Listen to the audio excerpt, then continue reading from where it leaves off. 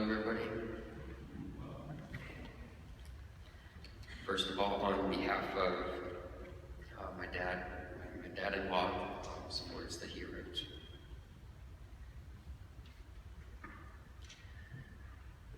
My son,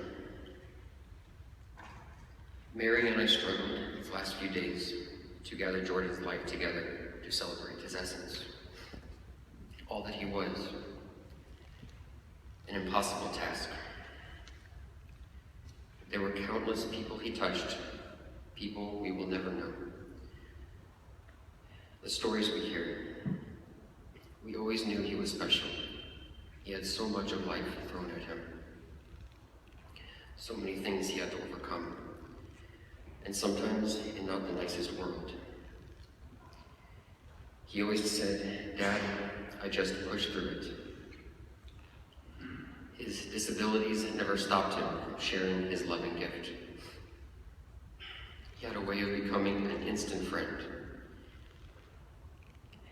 Give him 5 minutes, and it's like you have known him all his life.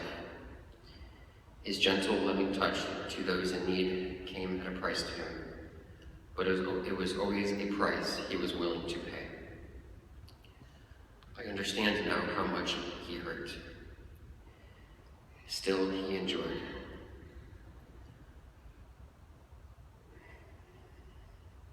I learned more from Jordan than I could ever teach him. He would often tell us, "We are a special family. There is no family like ours. We loved him unconditionally, as he loved the world. It's okay, Dad. It will all be okay." Somehow, when he said it, I believed it. We talked of life and death. Mary and I recently had some close calls. He said, "If I died tomorrow, I would have no regrets. I've lived and loved and helped and hurt, but don't be sad. I love you, Dad. It will all be okay." That was the last thing he said to me. He found peace at Jacob's ladder. Although he had his struggles, he found a home, a safe place where he could do what he loved to do. Jordan did think he had all the answers, and maybe he did. He had a way to reach into your soul and bring the best out of you. He did it with his kids, with his friends, and with his family. I have always been proud of him, proud of all the things he had done that gave me so much joy. We are truly the luckiest family on earth. We got to know our Jordan the last year of his life. He was able to share his thoughts and beliefs with us. He believed in God. We were able to let him know how much we believed in him and of how proud we were of him. We had time with our baby boy. It was not all easy, but we feel he was at peace when he left this world. He loved to love. We will miss him, but we see all the good he created, and we are at peace with his passing. We will love you. We will always love you, my son. You will forever be in our hearts until we meet in heaven. Peace.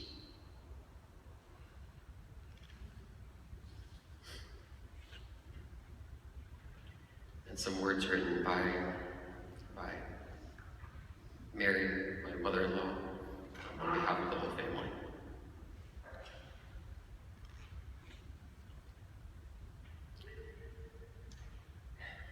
Comments made on Jordan's Facebook page has reminded us of how he lived his life.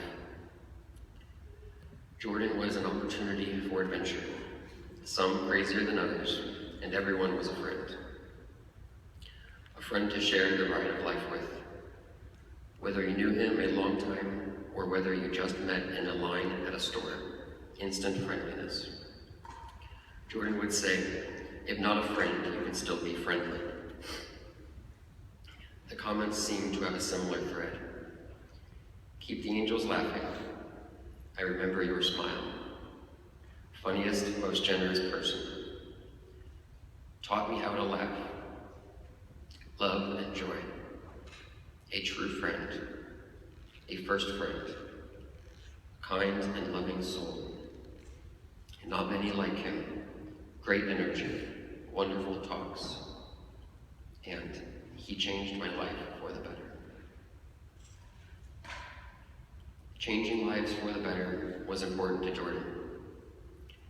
Mother Teresa said, "Spread love everywhere you go. Let no one come to you without leaving better and happier." Be the living expression of God's kindness. Kindness in your face, kindness in your eyes, kindness in your smile. Jordan walked the walk.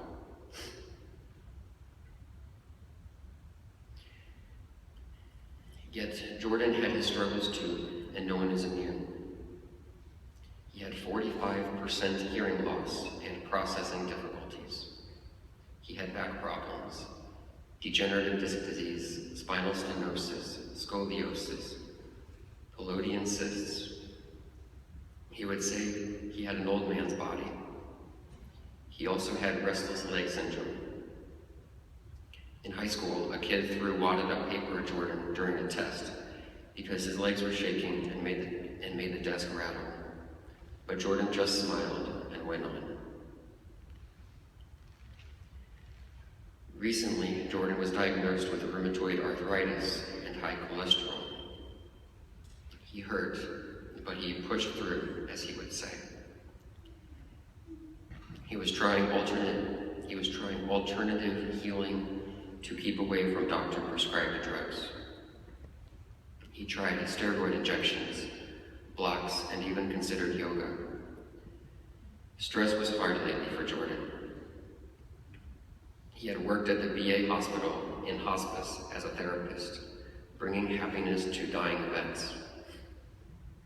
One vet had always loved hunting, but he became paralyzed from a war injury. Jordan helped design a gun that he could puff into to take a shot at a bird. Jordan was with him on the vet's first attempt to go hunting. He bagged his bird. The vet's joy was back, and he was finally able to do something he loved, and Jordan felt the excitement with him.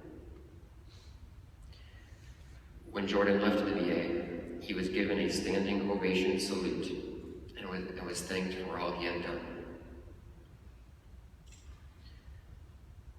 But more intense stress followed because Jordan's heart was broken after his fiance's death last year. She had been in an accident a couple of years earlier and never quite recovered. He said she was in a better place with no more pain, suffering, or chaos. Jordan's faith was strong. He knew heaven was not a place here on earth, but an eternity with God.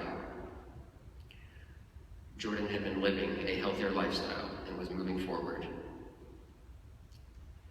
He was so happy with his work, and he said it didn't feel like work because he enjoyed it, even when it had challenges. He liked helping and serving others, and that is what he did.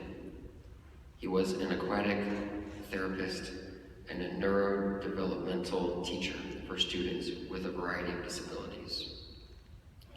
His compassion came naturally. When he was young, around 5, we had moved to California.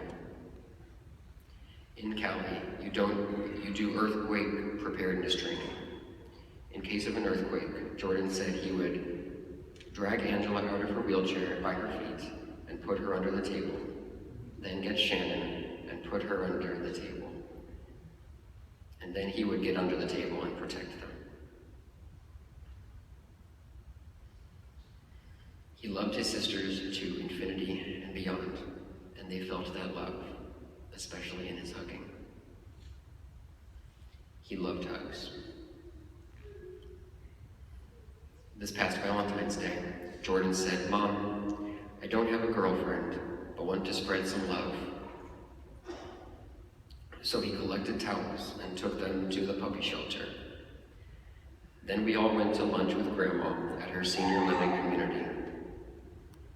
Jordan took a basket filled with Valentine candy and cakes and took it around to each senior, about 90, with a hug and a treat, so all felt loved. He said it was the best Valentine's ever.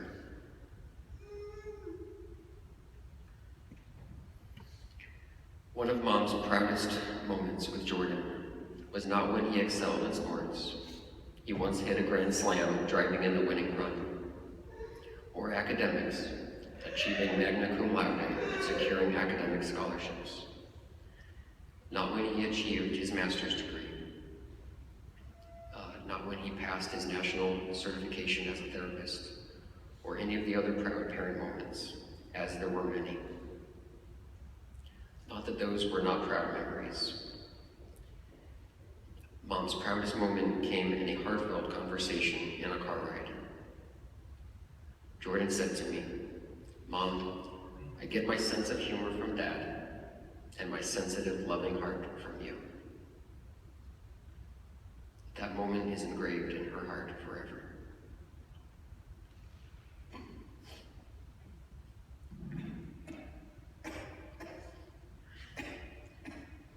Jordan had a few hobbies.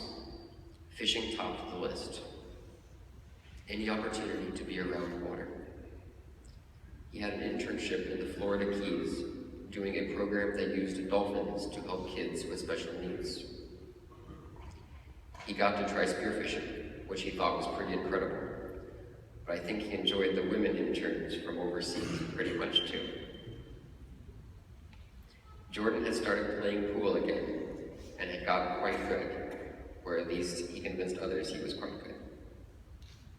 He was a smooth charmer. He got a glove that is designed to wear when shooting pool, and he wore it when he went out to play pool. It psyched out his fellow pool players because it looked so professional, and he carried in his own cue ball, which gave him an advantage. Also, recently, he had started the art of blown glass, and he thought it was awesome. He had skills. He made us all great art pieces for Christmas. Once he got so excited because he was able to hand blow a glass blue bird, his good friend's art signature, and gave it to him for his birthday. Jordan loved to give, for it is in giving that we receive. Jordan collected rocks. If he went hiking, camping, on a vacation, or just out in the backyard, he would pick up a certain rock and make a memory. He really liked the outdoors and the beauty all around. He could spot a flower and share it with a friend.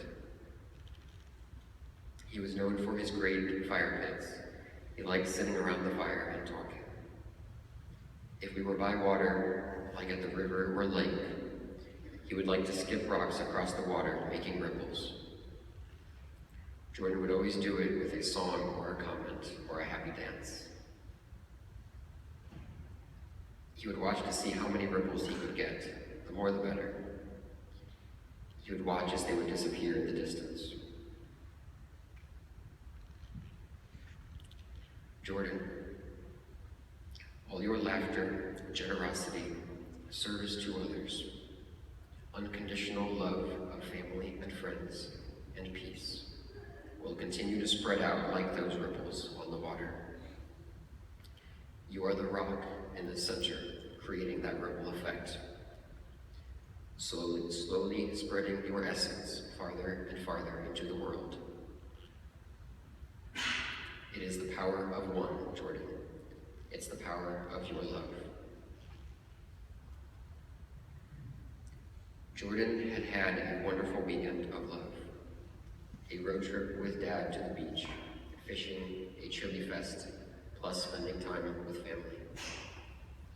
He said he felt overly tired. He texted Mom, "Sweet dreams, love you, Mom," and told his dad love you with a big hug, with a big Jordan hug, and said goodnight.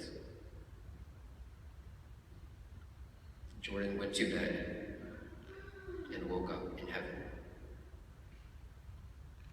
Jordan had a heart attack in his sleep. His heart.